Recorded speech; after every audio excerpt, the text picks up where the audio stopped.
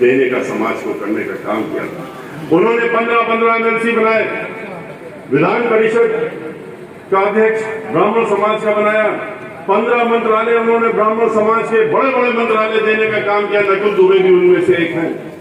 उन्होंने इतना ही नहीं, 35 से ज्यादा ब्राह्मण समाज के लोगों को चेयरमैन, वाइस चेयरमैन बना के मंत्री बनाने का दर्जा देने का काम, मंत्री बनाने का, जो कैबिनेट मंत्री का दर्जा देने का काम किया। 5000 वकील उन्होंने पूरे उत्तर प्रदेश में उच्च न्यायालय और जिला न्यायालयों को मिला लीजिए तो ब्राह्मण समाज के 5000 वकीलों को सरकारी वकील भी बनाने का काम किया था। सरकारी वकीलों का जो मानदेय था उसको 10 गुना बढ़ा करके एक सम्मानजनक रूप देने का काम किया। 6 एमपी बना के भेजा उन्होंने लोकसभा में ब्राह्मण समाज के, हमको उन्होंने राज्यसभा में अपनी पार्टी का नेता बनाया और आज तक बना के रखा है। और अब तो लोकसभा में भी उन्होंने ब्राह्मण समाज के व्यक्ति को इस समय नेता बनाने का काम।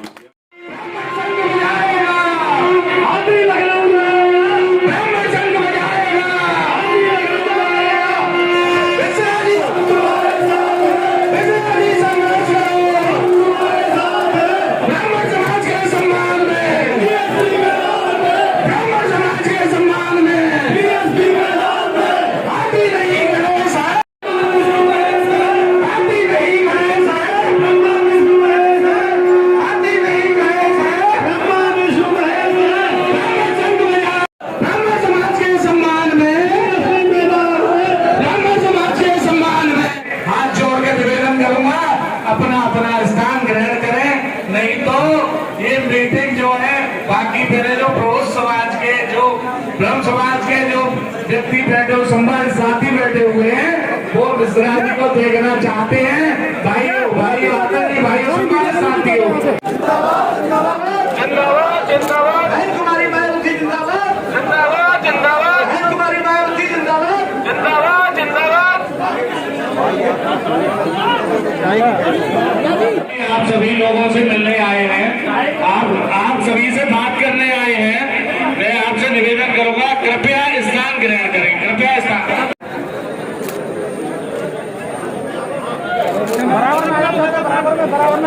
बराबर में आओ करके स्वागत करेंगे।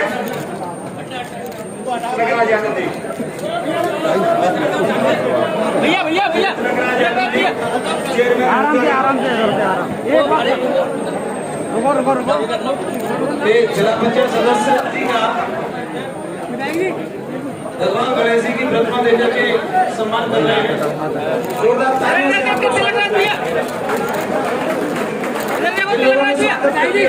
अपने स्थान पर बैठ जाए। मंच से मोदी समाज से जो नरेंद्र शर्मा जी के साथ आए हुए हैं, वो आके माननीय मुख्यमंत्री महोदय का प्रतीक चिन्ह देकर के भगवान परशुराम की मूर्ति, रविंद्र पाठक जी भी उनका माला धोखा देकर के स्वागत कर रहे हैं। भगवान गौतम बुद्ध की प्रतिमा देकर के ये क्षत्रिय समाज से, बरौली विधानसभा से तलवार लेकर, तलवार और शॉल के साथ माननीय मिश्रा जी का माननीय प्रतीक चिन्ह लेकर के सम्मान कर रहे हैं। कृपया अपने अपने स्थान पर बैठते आए। बहुजन समाज पार्टी जिंदाबाद जिंदाबाद, माननीय सतीश चंद्र मिश्रा जी जिंदाबाद जिंदाबाद जिंदाबाद। मिश्रा जी संघर्ष करो, हम तुम्हारे साथ हैं। मिश्रा जी संघर्ष करो, हम आपके साथ हैं। मिश्रा जी संघर्ष करो। कृपया साथियों ने स्वागत कर लिया, आप कितना चलते जाए। बरौली समाज से साधु समाज के लोग बहुत जल्दी आकर सम्मान। अब अभी ये स्वागत सम्मान ये कार्यक्रम हो चुका है, मंच पे आए और बहुत जल्दी से आए। हर हर महादेव, हर हर महादेव। और हाथी बहन करके हमारा स्वागत किया। और श्री मुनगान अली जी हमारे पूर्व मंत्री तक आपसे बात नहीं कर लेंगे, ये अलीगढ़ से जाएंगे नहीं। तो पूर्व सांसद बाबू मुनगान जी का हाथी बैठे से बैठ करते हुए संघर्ष करो, मिश्रा जी संघर्ष करो। उत्तर प्रदेश के बहुजन समाज पार्टी के अध्यक्ष भी रहे श्री अशोक सिंह एडवोकेट, श्री प्रमोद गौड़ पूर्व विधायक, मोहम्मद फुरकान अहमद महापौर अलीगढ़, विजय पंडित, संजय शर्मा जी, विकास शर्मा जी, नरेंद्र शर्मा जी, दीनू पंडित जी, लवकुश शर्मा जी, अनिल शर्मा जी, शिवक्रांत शर्मा जी, प्रमोद गौड़ जी, विजय पंडित जी, संजय शर्मा जी, नीरज मिश्रा जी, जिन्होंने कल बहुत ही ऐतिहासिक कार्यक्रम हम लोगों का गोष्ठी कराई थी कासगंज में। यहाँ पर आए हुए सभी हमारे सम्मानित साथियों, मीडिया बंधुओं, भाइयों, आपका उत्साह जिस तरीके से बढ़ रहा है देख रहे हैं, जो अयोध्या से शुरू हुआ 23 जुलाई को, और जैसे जैसे हम लोग आगे आगे हर जिले में जा रहे हैं, पूरे प्रदेश में जाना है, हम देख रहे हैं कि उत्साह दिन पर दिन बढ़ता जा रहा है और ब्राह्मण समाज के लोग बहुत तेजी से जुड़ रहे हैं, जुड़ ही नहीं रहे, इस कार्यक्रम के लिए बहुत ही उत्साहित हैं। और उत्साहित कितने हैं वो तो देखने को भी जब से यहां आए मिल रहा है। लेकिन आपको ये भी जानने की जरूरत है कि आखिर ये गोष्ठी हम लोग आपके बीच में आके कर क्यों रहे हैं। ये गोष्ठी करने का उद्देश्य ये है कि प्रबुद्ध समाज जो इस समय उत्तर प्रदेश का है, उसके ऊपर बहुत बड़ा दायित्व है और उसके ऊपर दायित्व ये है कि वो जो उत्तर प्रदेश में अभी के हालात चल रहे हैं, जिस तरीके से दहशत का माहौल चल रहा है, जिस तरह से लोगों को डराने, दबाने और धमकाने का माहौल चल रहा है, उससे डरे नहीं और उनकी धमकियों में ना आए, बल्कि उसका मुकाबला करें। और खास तौर से ब्राह्मण समाज के लोग जो यहाँ पर आज 90% से ज्यादा ब्राह्मण समाज के लोग यहाँ मौजूद हैं, तो उनसे हमारा खास तौर से आग्रह है कि आपको ये देखना पड़ेगा और सोचना पड़ेगा कि आज उत्तर प्रदेश में आपके हालात इतने बदतर क्यों हो गए। पहले भारतीय जनता पार्टी और इनके लोगों ने दलित समाज के लोगों के ऊपर उत्पीड़न करना शुरू और उनको उत्पीड़ित करके इनको बड़ा एक स्वांता सुखाय मिलता रहा। और पूरे देश में इनका ये कोई उत्तर प्रदेश नहीं, उत्तर प्रदेश में तो बढ़ चढ़ करके दलित की बेटी को जलाने का काम, रेप करने का काम और हाथरस में बगल में ही आपके उसको फिर उसकी बॉडी, उसके देह को भी मरने के बाद उनके माता पिता को नहीं दिया और मिट्टी का तेल डालकर जलाने का काम किया, मीडिया को भी दौड़ा दिया, भगा दिया और सबको, घर वालों को बंद कर दिया। तो ये तो उत्तर प्रदेश में ही नहीं, पूरे देश में इस तरह से कर रहे हैं, जहां जहां इनकी सरकार है। आपको याद होगा किस तरह से गुजरात में किस तरीके से ऊना कांड को हम लोग नहीं भूल सकते कि टेलीविजन में दिखा के फोटो खींचते हुए और कोड़े मारे जा रहे थे, और इस तरह से एक जगह नहीं, अनेकों जगह। लेकिन पिछले कुछ वर्षों में, 4.5 वर्षों में, जैसे ही उत्तर प्रदेश में इनकी सरकार आई, तो सरकार के आते ही इन्होंने ब्राह्मण समाज के लोगों को भी अपने निशाने पर लेने का काम किया। और ब्राह्मण समाज को इसलिए निशाने पर लेने का काम किया क्योंकि उन्होंने ये सोचा कि ब्राह्मण समाज तो हमारा बंधुआ मजदूर बन गया है। क्यों? धर्म के नाम पे हमने उनको खरीद लिया। धर्म का हम उनको दिखाते हैं, एक मुखौटा दिखाते हैं, और ब्राह्मण समाज के लोग हैं, धर्म के नाम पे हमारे पीछे पीछे आकर के वोट डालने का काम करेंगे, और इसीलिए उन्होंने जिताने का काम भी किया। वरना इन्होंने ऐसा कौन सा काम किया था 2014 के बाद, आने के बाद, जिसकी वजह से इनको वोट देने की जरूरत थी? इन्होंने कुछ नहीं किया, सिर्फ और सिर्फ धर्म के नाम पे लोगों को आपस में लड़ाना, बांटना और ब्राह्मण समाज के लोगों को ये दिखाना कि मैं भगवान श्री राम का ठेकेदार हूँ, मैं मंदिर बनवाने जा रहा हूँ, इस तरह का ठेका दिखा करके और उनको इन्होंने प्रभावित करके अपने वोट लेने का काम किया। लेकिन उसका नतीजा क्या हुआ? उसका नतीजा ये हुआ कि पूरे उत्तर प्रदेश में 2017 से ही ऐसी शुरुआत हो गई ब्राह्मण समाज के ऊपर, ये इतने हमलावर हो गए कि उन्होंने सरकार बनते ही अपना असली रूप दिखाने का काम कर दिया। किस तरीके से प्रतापगढ़ में 5-5 नौजवान लड़के और उनको जलाने का काम कर दिया, जला के मारने का काम कर दिया, उनकी झोपड़ियां जलाने का काम कर दिया। मैं तो उनके घर पे गया था, कहा कि ये तो वहां के मंत्री बहुत जो भारतीय जनता पार्टी के थे अपनी पीठ ठोक रहे थे, मीडिया में कह रहे थे कि बहुत बड़े अपराधी थे, इनको ठीक मार दिया गया और ठीक इनकी मौत हो गई। लेकिन उनके जब हम घर गए तो घर तो नहीं था, झोपड़ी थी। झोपड़ी देखने के बाद पता लगा कि 10 बाई 12 फीट की झोपड़ी में वो 5 लोग अलग अलग झोपड़ियों में रहते और उस गांव में रहते। उनके किसी के वो अकेले औलाद थे, किसी के वो रोटी रोजी अपने वही कमाने वाले थे, लेकिन उनको ठिकाने लगाने का काम कर दिया और वहां से अपनी आगाज दे दी कि हमने शुरुआत कर दी है अब दलित समाज के साथ साथ में अब ब्राह्मण समाज के ऊपर भी हम हमलावर होंगे। और ये इन्होंने उसके बाद वहां से आगे बढ़ करके, चाहे फिर वो कानपुर का किस्सा तो बहुत बाद में हुआ है, उसके पहले बहुत सारे किस्से हो गए। रायबरेली से चल करके ये बुंदेलखंड गए, झांसी में किया। बुंदेलखंड में एक व्यापारी ब्राह्मण समाज का था, मजबूत किस्म के आदमियों को छांटते थे वो, मजबूत किस्म का आदमी था, डरता दबता नहीं था। उसको गाड़ी के अंदर रोक करके उसके गोली मार दी, सिर्फ इसके अधिकारी से, और कह दिया कि उसने आत्महत्या की है। जब खुलासा हो गया कि आत्महत्या नहीं है तो गोली मारी गई है, तो उस अधिकारी से कहा कि तुम उत्तर प्रदेश होके जल्दी से भाग जाओ और हम दिखाते रहेंगे कि हम तुमको ढूंढ रहे हैं, 1.5 साल से ढूंढ रहे हैं।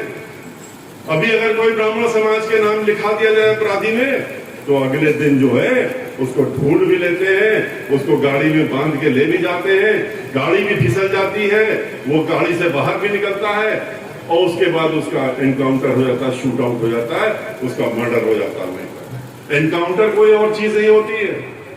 एनकाउंटर जब किया जाता है तो वो एक हत्या है। ये माननीय सर्वोच्च न्यायालय ने अपने निर्णय में कहा कि एनकाउंटर करने का आपको ये हक नहीं है कि आप उसके सीने में गोली मार दो, लेकिन इनको तो मारना होता है। किसको मारना है ये भी तय कर लेते हैं, वरना बलिया में आप सब लोगों ने टेलीविजन में देखा किस तरीके से जिन लोगों के ऊपर इनका हाथ है, उन वहां के एमएलए और उन लोगों में से एक आदमी उनका जो था, उसने कैसे खुलेआम पब्लिक के सामने गोली मारी और एसडीएम भी मौजूद थे, लेकिन पूरा शासन प्रशासन खड़ा हो गया उसको बचाने के लिए और उसको बचाने का काम किया। उन्नाव में किस तरीके से रेप होता है एक लड़की का, लेकिन वहां के एमएलए को बचाने के लिए, क्योंकि वो भारतीय जनता पार्टी के तो थे ही पर उनके चहेते भी थे, इसलिए उनको बचाने के लिए पूरा अमली जामा लग गया। लेकिन जिस तरीके से झांसी में छत में सो रहे थे 5 ब्राह्मण और उनको वहां ले जाके मारने का काम किया, ऊपर दिखाया कि छत में सो रहे थे और वहां पर मार दिया, जबकि उठा करके लाए थे कहीं से और वहां मारने का काम किया, सर कटवाने का काम किया। एक दो नहीं, कोई जिला छोड़ा नहीं इन्होंने जहां दहशत न फैलाई हो। गिनती गिनने लगे तो सैकड़ों में गिनती आती है जहां ब्राह्मण के समाज के लोग, जैसे दलित समाज के लोग, वैसे ब्राह्मण समाज के लोगों की हत्याएं हुई, उनको गोली मारी गई, उनको शूट आउट किया। कानपुर में एप्पल कंपनी में काम कर रहा था तिवारी, उसको गाड़ी रोकी, नाम पूछा और उसके सीने में गोली मार दी, मर गया। हम उसके जब घर गए कोई देखने वाला नहीं आया पूछने, जब हम घर गए तो फौरन अमली जामा आ गया, सरकार के उप मुख्यमंत्री भी आ गए, मंत्री भी आ गए और वहां आकर के आश्वासन दे करके गए कि कोई बयान मत दीजिएगा, हम आपकी पूरी देखभाल करेंगे, हम आपके बच्चे की देखभाल करेंगे और सब कुछ करेंगे, इतना रुपया देंगे। और दिया कुछ नहीं। आज भी उन चीजों के लिए वो इंतजार कर रही उनकी देवा। लखनऊ में वो घर पे माता पिता के देखभाल करने के लिए ब्राह्मण समाज का, चूंकि वो ब्राह्मण समाज का था, उसका नाम डाल दिया था कानपुर वाले कांड में। वो देखने के लिए गया तो उसको वहां से उठा लिया और उठा के ले जा करके कंटोनमेंट में शूट आउट कर दिया। कितने किस्से, जब राजधानी में 3-3 इस तरह के काम हो गए तो पूरे उत्तर प्रदेश में कितने हुए, ये सोचने की बात है। काम करने का किया कि एक व्यक्ति के नाम पे, जिसको कि शूट आउट में तो मार ही दिया, लेकिन एक व्यक्ति को लेकर के इन्होंने 100 ब्राह्मणों को उसमें नामजद कराया। पहले तो नाम नहीं मालूम थे, अपने अधिकारियों से कहा कि ऐसा करो कि ये कांड हो गया है, इसका फायदा उठाओ, और जितने भी मजबूत ब्राह्मण हो, अभी तो अज्ञात 100 अज्ञात रिपोर्ट लिख दो, 100 अज्ञात ब्राह्मण, और रिपोर्ट लिख दी गई। और उसके बाद ढूंढ लो जितने मजबूत ब्राह्मण हैं, जो नहीं दबने का काम कर रहे हैं, और जो जिनके साथ में लोग हैं, उनकी गिनती गिन लो, उनके नाम लिख लो, और एक एक करके उनको नामजद करते चलो, चाहे वो आसपास के जिले के हो, कानपुर के नहीं, फर्रुखाबाद के हो, कन्नौज के हो, कानपुर के हो, शहर के हो, इटावा के हो, उन्नाव के हो, आसपास के जितने भी जिले हैं, उनको एक घेरा बना लो और उसमें से उठा करके उसमें से उनको निपटाने का काम करो। 16 साल के लड़के का शूट आउट कर दिया, 6 गोलियां मार करके, उसी कांड के तहत में, और कहा कि ये तो भाग रहा था। 16 साल के एक लड़के का शूट आउट कर दिया। मुंबई में और कलकत्ता में जो ब्राह्मण समाज के लोग जिनको नामजद बाद में कर दिया, वो वहां पर थे उस दिन जिस दिन ये किस्सा हुआ, और उनको भी उठवा लिया। और आज भी 50 से ज्यादा उसमें से जो नामजद इन्होंने बनाए थे, वो जेल के पीछे सड़ रहे हैं, और उनको वहां बंद कर रखा है, और सारी दफाएं जितनी हो सकती थी इंडियन पीनल कोड में, वो उनके ऊपर लगा करके इंतजाम किया कि वो कभी छूटने ना पाए। इतना ही नहीं, जब गिरना शुरू करते हैं और जब तय कर लेते हैं कि हमें तो इस समाज को सबक सिखाना है, इस समाज को ठिकाने लगाना है, तो किस हद तक गिर गए। एक 16.5 साल की लड़की खुशी दुबे, उसका क्या दोष था? वो कौन सी बड़ी भारी आतंकवादी या टेररिस्ट थी? वो तो 29 तारीख को ब्याह के आई थी, 29 और 30 को शादी हुई, रात में हुई, 29 और 30 तारीख हो गई थी, और पहली तारीख उसका पहला दिन था, 1 जुलाई। 2 तारीख को ये किस्सा हो जाता, उसको भी उठा ले गए। 7 दिन तक तो कहीं पर अज्ञात स्थान पर रखा, कहां ले गए, क्या किया, ये भी नहीं किसी को बताते हैं। जब हल्ला हुआ कि वो लड़की कहां चली गई, इसकी शादी हुई थी, तो 7 दिन के बाद उसको ले जा करके और रिमांड होम में भी नहीं, जेल में बंद करने का काम कर दिया। 3 महीने तक जेल में रखा। जब ये रिपोर्ट आई जुवेनाइल कोर्ट की कि ये तो 16.5 साल की लड़की है, तो अब उसको उन्होंने ले जाकर रिमांड होम में डाल दिया। बाराबंकी में रहने वाली कानपुर के माता पिता इतने गरीब, और वो कानपुर में, और उसको ले जा करके आपने रिमांड होम में बाराबंकी में डालने का काम कर दिया। और जितनी दफाएं हो सकती थी उस लड़की के ऊपर, खुशी दुबे के ऊपर इतनी दफाएं हैं जितनी बड़े से बड़े दुर्दान अपराधी के ऊपर नहीं हो सकती, उतनी उसके ऊपर दफाएं लगाती। 302 से शुरू करते हुए सारी दफाएं लगाने का काम कर दिया। पूछा गया जब कि ये क्या इसका जुर्म है, कहते हैं कि 3 औरतें बाहर दिख रही थी छत में, उन 3 वो कुछ हाथ हिला रही थी, उनमें से ये भी हो गई, और इसलिए उसको उठा लिया और उसको ले जाकर के जेल में बंद किया। जब ये पता लग गया इसकी तो बेल हो ही जाएगी, तो बेल ना होने पाए, तो लखनऊ से बैठ के पूरे शासन और प्रशासन के लोगों ने अपनी ताकत लगाते हुए योजनाबद्ध तरीके से एक फर्जी सर्टिफिकेट बनवाई, और वहां के जो सुप्रिंटेंडेंट, महिला सुप्रिंटेंडेंट है जहां वो बंद है, उसने अपनी रिपोर्ट में लिखा कि यहाँ 2 कमरे में 48 लड़कियां बंद हैं, उनमें से एक ये लड़की भी बंद है, और उन 48 लड़कियों में से 47 लड़कियों ने ये हमसे कहा है कि अगर ये छूट गई, कि अगर हम छूट गए, ये कहती है हम लोगों से, अगर हम छूट गए तो बाहर निकल करके हम बहुत बड़े अपराधी बन जाएंगे और तुम लोगों को सबको भी उठवा लेंगे।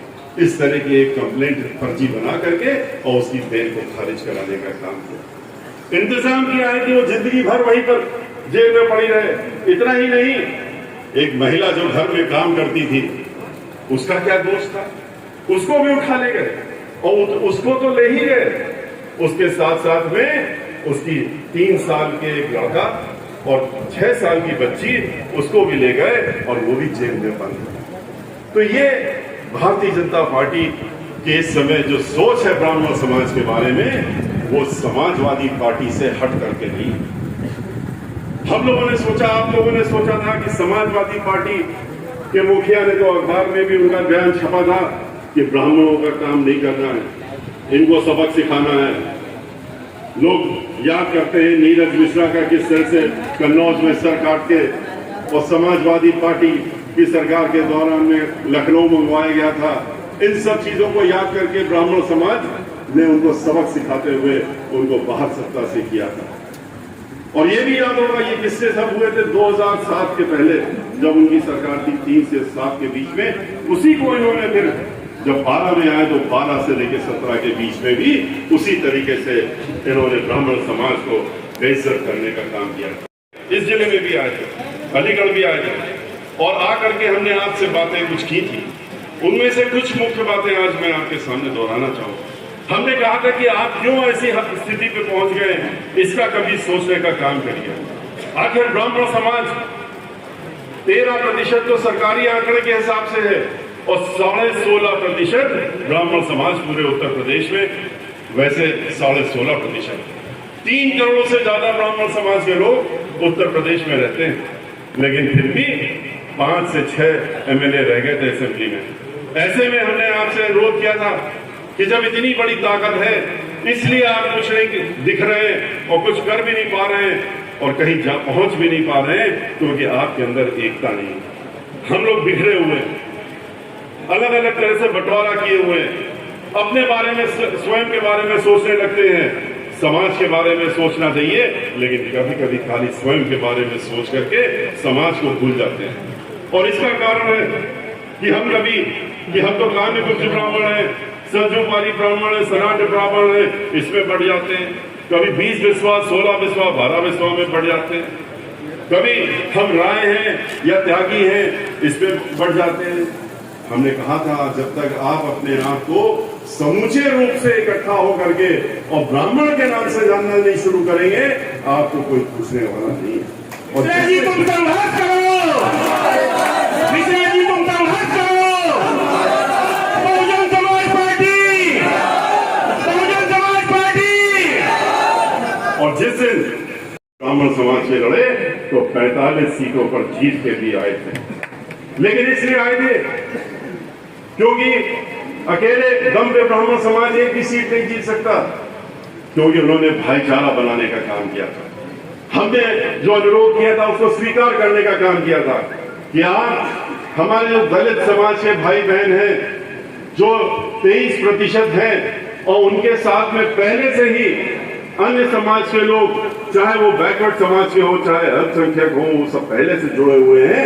उनके साथ में भाईचारा जब आप बनाएंगे तो आपको 2 ही लोग मिलकर के 40 हो जाते हैं, और बाकी जो मिल जोड़ेंगे तो कितने हो जाएंगे, आप सोचने का काम करिए। और हर सीट पर खाली होने का, और उसी की वजह से 45 सीटें जीते थे, क्योंकि सर्व समाज जो बहुजन समाज पार्टी का बहन मायावती जी के पीछे खड़ा था, उसने अपना वोट भी देने का काम किया। लेकिन ब्राह्मण समाज ने भी अपना वोट देने का काम किया, हर सीट पे देने का, समाज को करने का काम किया।